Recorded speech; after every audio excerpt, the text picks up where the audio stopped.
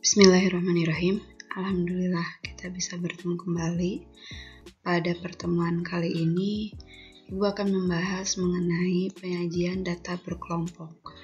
Jadi sebelumnya kita membahas tentang penyajian data tunggal, nah sekarang kita akan membahas tentang penyajian data berkelompok.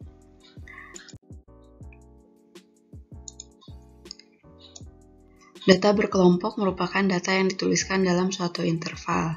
Umumnya, data berkelompok digunakan untuk menuliskan data dalam jumlah banyak. Minimal datanya itu berjumlah 30 lebih. Nah, data berkelompok untuk penyajiannya itu bisa disajikan dalam bentuk tabel distribusi frekuensi, di mana tabel distribusi frekuensi ini nanti kita akan menyusun ada dua juga, ada tabel distribusi frekuensi relatif dan tabel distribusi frekuensi kumulatif. Lalu dari tabel distribusi frekuensi ini, kalau kita sajikan ke dalam bentuk gambar, maka akan membentuk yang namanya histogram. Histogram juga nanti kita akan membahas bagiannya ada yang pertama poligon frekuensi, yang terakhir ada yang namanya OGIF. Next. Nah, agar data dapat memberikan informasi yang lebih banyak dan mudah dibaca, maka sebaiknya disusun cara berkelompok, yaitu disusun menjadi distribusi frekuensi yang nantinya kita akan tulis dalam bentuk tabel dan dinamakan tabel distribusi frekuensi. Berikut adalah langkah-langkah menyusun tabel distribusi frekuensi. Contohnya, suatu data diperoleh dari 40 kali pengukuran, teliti sampai milimeter terdekat sebagai berikut. Jadi di sini ada 40 datum ya. Lalu permintaannya itu adalah membuat tabel distribusi frekuensi berkelompok. Nah, langkah pertama yang harus kita lakukan adalah menentukan data terkecil atau X1 dan data terbesar atau XN. Lalu kita hitung jangkauannya atau range, yaitu selisih antara data terbesar dikurangi data terkecil. Nah, dari data ini ya, dari data 40 kali pengukuran dapat diperoleh nilai dari X1 atau data terkecilnya itu adalah sebesar 119, sedangkan datum terbesarnya yaitu 176. Lalu kita hitung jangkauannya. Jangkauannya itu adalah 176 dikurangi 119, yaitu 57. Itu ya. Selanjutnya, langkah kedua adalah menentukan banyak kelas. Ya, menentukan banyaknya kelas. Nah, banyak kelas ini ditentukan dengan rumus ini, 1 ditambah 3,3 log n, di mana n-nya itu menunjukkan banyak data. Jadi, kita dapat menghitungnya 1 ditambah 3,3 log 40. Lalu kita cari dulu nilai dari log 40 menggunakan kalkulator, yaitu 1,602 dikali 3,3 5,2866 ditambah 1 hasilnya menjadi 6,2866. Jadi banyak kelasnya itu sebanyak 6,2866. Kan nggak mungkin ya kalau kelas itu ada koma. Lalu kita bulatkannya bisa bulatkan ke atas menjadi 7 ya. Nah, setelah membuat kelas, lalu langkah ketiga adalah kita menentukan panjang kelas atau interval. Jadi panjang kelas ini dapat dihitung dengan cara rentang atau jangkauan yang tadi yang pertama kali kita hitung dibagi dengan banyaknya kelas. Rentangnya itu adalah 57 dibagi dengan banyaknya kelas 7, yaitu 8,1428. Nah, karena panjang kelas juga tidak mungkin koma, lalu kita bulatkan ke atas menjadi 9. Kenapa pembulatannya ke atas? Karena agar mencakup semua datum, mulai dari datum terkecil sampai datum terbesar. Itu ya. Nah, langkah selanjutnya, langkah keempat adalah kita akan menyusun tabel distribusi frekuensi hasil pengukuran. Karena kita sudah mengetahui jumlah kelas yang dibentuk, kelas itu adalah kelompok nilai data yang ditulis dalam bentuk interval. Nah ini ya yang disebut kelas itu ini. Kita kan akan membentuk 7 kelas. Nah berarti akan dibentuk ada berapa 7 baris, berarti ini 7 ya. 2, 3, ini kelas ketiga, ini kelas keempat, ini kelas kelima, kelas keenam, kelas ketujuh. Bagaimana cara membuat kelas? Kita mulai dari datum yang terkecilnya di kelas yang pertama. Datum terkecilnya itu yaitu 119. Dengan panjang kelas yang sudah diketahui sebelumnya itu adalah 9. Berarti panjang kelas itu kita hitung mulai dari 119, 9 kali itu sampai berapa? Berarti 119, 20, 21, 22, 23, 24, 25, 26, 27. Berarti kelas yang pertama dimulai dari 119 sampai 127. Lanjut, selanjutnya kelas kedua, berarti mulai dari 128, hitung sebanyak 9 kali sampai dengan 136, sampai dengan kelas ketujuh. Kelas ketujuh mulai dari 173 sampai 181. Nah, dari 7 kelas ini, nilai data yang terletak di sebelah kiri, ini ya semuanya, nilai data yang terletak di sebelah kiri, ini disebut batas bawah kelas. Sedangkan nilai data yang terletak di sebelah kanan, yang ini, yang satu lagi mulai dari 127 sampai 181, itu disebut batas kelas atas. Ya, batas atas kelas. Yang kiri disebutnya batas bawah kelas, yang kanan disebutnya batas atas kelas. Gitu.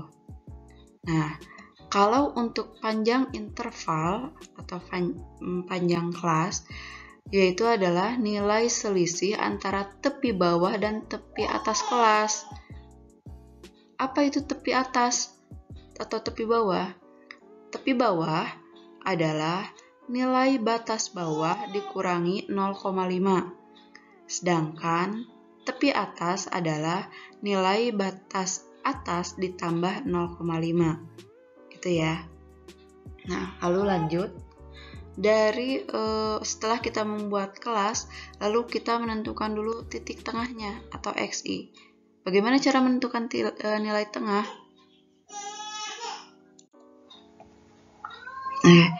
Nilai tengah didapat dari batas atas ditambah batas bawah dibagi 2. Jadi nilai tengah yang pertama, kelas pertama bisa kita dapat dengan cara menambahkan 119 ditambah 127 dibagi 2, yaitu dapat 123. Nah, untuk nilai tengah kelas selanjutnya, kalian tinggal menambahkan nilai tengah kelas pertama ditambah dengan intervalnya. Yang tadi kan udah diketahui, nilai interval dari data ini adalah 9, berarti tinggal 123 tambah 9, berarti 132.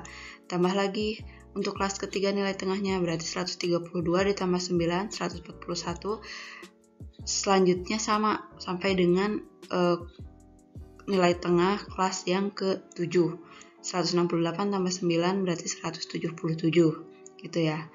Lalu, untuk selanjutnya, untuk menentukan frekuensi, kita bisa lihat gini.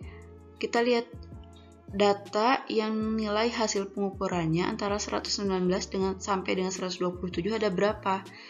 Kita coba lihat ada berapa. Nih kan 125, 1, 126, 2, sama 119. Ternyata ada 3. Berarti frekuensinya kita tulis untuk yang kelas pertama 119 sampai 127 ada 3. Lanjut, untuk kelas yang kedua, antara 128 sampai 136, kita cek ada berapa?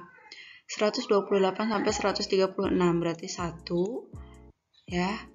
Yang ini yang 136, yang kedua 132, yang ketiga 135, yang keempat 135, yang kelima 135, terus yang ke-6 128. Berarti yang data antara 128 sampai 136 ada 6. Begitupun kelas selanjutnya, kelas ketiga 137 sampai 145 ada 10. 146 sampai 154 ada 11. 155 sampai 163 ada 5. 164 sampai 172 ada 3, dan 173 sampai 181 ada 2. Jadi jumlahnya kalau ditotalkan pasti sama 40. Jadi udah segini. Ini adalah tabel distribusi frekuensi hasil pengukuran, bentuknya seperti ini. Gitu ya. Next, dari tabel distribusi frekuensi ada yang namanya tabel distribusi frekuensi relatif. Apa itu tabel distribusi frekuensi relatif? Tabel ini adalah distribusi frekuensi yang frekuensinya relatif. Masing-masing kelasnya dapat diperoleh dengan menyatakan persentase frekuensi kelas terhadap jumlah keseluruhan. Jadi untuk membuatnya tetap kita membuat 3 kolom. Kolom pertama hasil pengukuran, ada sama ya 7 kelas. Frekuensi, yang kedua ada frekuensi, sama juga seperti sebelumnya. Yang terakhir kita tambahkan frekuensi relatif. Bagaimana cara menghitung frekuensi relatif? Berarti frekuensi kelasnya, berarti kelas ini kita contohnya kelas pertama, frekuensinya itu 3 dibagi jumlah seluruh datum 40 dikali 100%, yaitu nilainya sama dengan 7,5%. Terus yang kedua, kelas kedua 128 sampai 136. Berarti frekuensi relatifnya kita bisa menghitung 6 dibagi 40 dikali 100% sama dengan 15%. Sampai selanjutnya ke kelas yang ketujuh, 2 per 40 dikali 100% sama dengan 5%. Nah, distribusi frekuensi relatif ini menyatakan proporsi data yang berada pada suatu kelas interval. Jadi dari sini, dari tabel frekuensi relatif ini kita bisa membaca seperti ini. Sebanyak 25% data berada pada interval kelas 137 sampai 137 sampai 145. Terus selanjutnya hanya 5% saja data yang terletak pada kelas interval 173 sampai 181. Itu ya. Itu untuk membuat tabel distribusi frekuensi relatif. Terus selanjutnya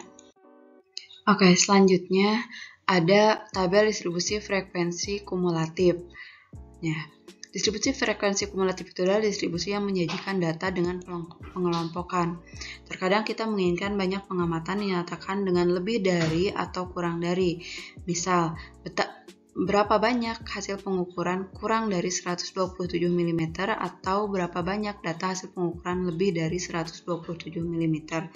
Nah, ini biasanya digunakan tabel distribusi frekuensi kumulatif. Jadi untuk mengetahuinya menggunakan ini.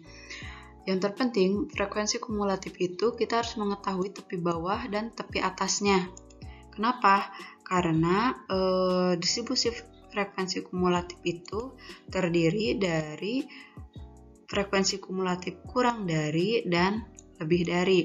Kalau frekuensi kumulatif kurang dari, ini dibandingkan kurang dari sama dengan tepi atasnya. Tapi kalau frekuensi kumulatif lebih dari, sama dengan ini dibandingkan dengan tepi bawahnya. Itu ya. Tepi atas dan tepi bawah, seperti yang sudah pernah dibahas, kita mencarinya itu dengan cara batas bawah tiap kelas, masing-masing kelas ini dikurangi 0,5 itu tepi bawah. Jadi 119 dikurangi 0,5, 118,5. Sampai dengan kelas terakhir 173 dikurangi 0,5 didapat 172,5. Begitupun tepi atas. Kalau tepi atas berarti kalian tinggal ini batas atas ditambah 0,5. Berarti 127 ditambah 0,5, 127,5. Sampai selanjutnya ya. Nah, lalu kita buat tabel distribusi frekuensi kumulatif kurang dari. Kurang dari sama dengan 127,5. Berarti ini ada di kelas keberapa? Di kelas ke-1. Hasil pengukuran yang kurang dari sama dengan 127,5 ada di kelas ke-1, yaitu sebanyak 3. Yang kedua, kurang dari sama dengan 136,5. Ada di kelas berapa? Kelas pertama dan kelas kedua. Jumlahkan, kan namanya kumulatif itu dijumlahkan ya. 3 ditambah 6 dapat 9. Sampai dengan selanjutnya yang kurang dari sama dengan 181,5. Ini ada berapa? Ada di seluruh kelas ya. Berarti jumlahkan semua frekuensinya, dapat 40. Terus yang kedua, tabel frekuensi kumulatif lebih dari dibandingkan dengan lebih dari sama dengan tepi bawahnya. Lebih dari sama dengan 181,5, berarti ada di semua kelas ya. Betul kan? Ada di semua kelas, berarti sebanyak berapa? 40. Terus lebih dari sama dengan 127,5. Nah, berarti kalau yang lebih dari sama dengan 127,5 artinya kelas pertama tidak diikutkan. Ya, tidak termasuk. Berarti dari 40 kita kurangi 3, berarti sebanyak 37. Terus sampai yang terakhir lebih dari sama dengan 172,5. Berarti yang tidak termasuk itu adalah kelas pertama, kedua, ketiga, keempat, kelima, dan keenam. Ada 38, berarti 40 dikurang 38 ada 2, gitu ya. Jadi nanti dari tabel distribusi frekuensi kumulatif kurang dari dan lebih dari jika digambarkan akan membentuk OGIF, gitu ya. Lalu ada penyajian data yang dikelompokkan menurut distribusi frekuensi. Nah, penyajian data yang dikelompokkan menurut distribusi frekuensi dapat dinyatakan dengan grafik yang dinamakan histogram. Sedangkan poligon frekuensi analah poligon frekuensi itu jika titik-titik tengah dari tiap kotak di bagian atas pada histogram lalu kita dihubungkan, maka akan diperoleh diagram yang bentuknya menyerupai poligon sehingga disebut namanya poligon frekuensi. Jadi untuk membuat histogram sebenarnya kalian tinggal memindahkan dari tabel distribusi frekuensi ke dalam grafik ini. Karena di tabel distribusi frekuensi terdiri dari 7 kelas.